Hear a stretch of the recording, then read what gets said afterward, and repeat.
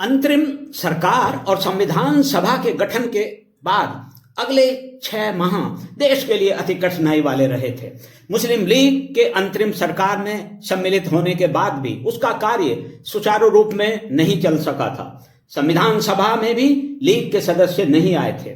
मुस्लिम league एक अलग मुस्लिम राज्य की मांग पर अड़ी थी।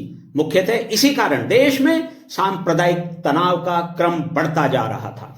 सरकार के समक्ष बढ़ते सांप्रदायिक तनाव की स्थिति सबसे बड़ी चुनौती थी।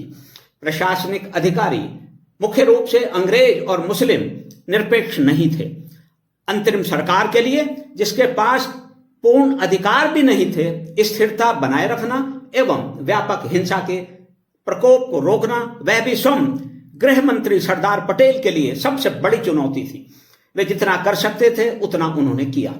विशेष रूप से पंजाब के कई जिलों के पक्षपाती प्रशासनिक प्रमुखों, डिप्टी कमिश्नरों को जो अंग्रेज थे, स्थानांतरित कराने के लिए दबाव बनाने और उनके द्वारा निष्पक्ष रूप से कार्य करने की सुनिश्चितता के लिए प्रयास करके सरदार वल्लभ भाई पटेल ने अनेक निर्दोषों के जीवन एवं संपत्ति की रक्षा की। अंततः ब्रिटिश प्रधानमंत्री क्लेमेंट एटली के भारत की सत्ता भारतीयों को सौंपने के निश्चय के तारतम्य में लुइस माउंटबेटन नए वायसराय के रूप में मार्च 1947 ईस्वी में भारत पहुंचे। लॉर्ड माउंटबेटन ने 3 जून 1947 ईस्वी को देश के विभाजन के साथ ही 15 अगस्त 1947 ईस्वी को सत्ता के हस्तांतरण की घोषणा की और कांग्रेस ने 14 जून 1947 ईस्वी को योजना के प्रावधानों के अनुसार पंजाब और बंगाल के क्षेत्रों के विभाजन और पृथक पाकिस्तान के निर्माण की मांग को स्वीकार कर लिया। भारत में सैकड़ों छोटे बड़े देशी राज्य भी थे।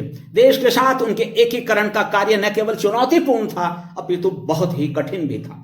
अतः देशी राज्यों के विषयों के लिए एक अलग मंत्रालय बनाया गया और वह भी सरदार वल्लभ भाई पटेल को दिया गया।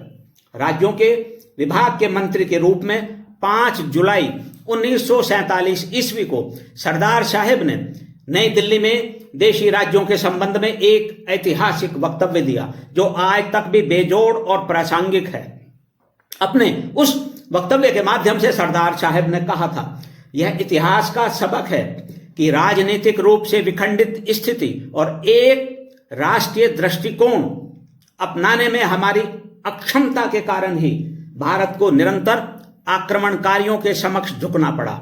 हमारे आपसी संघर्ष और लगातार होते रहे झगड़े एवं ईर्ष्याएं भूतकाल में हमारे पतन और कई बार विदेशियों के अधीन होने का कारण रही हैं। हम पुनः ऐसी गलतियों को दोहराने, उनमें फंसने का जोखिम नहीं उठा सकते।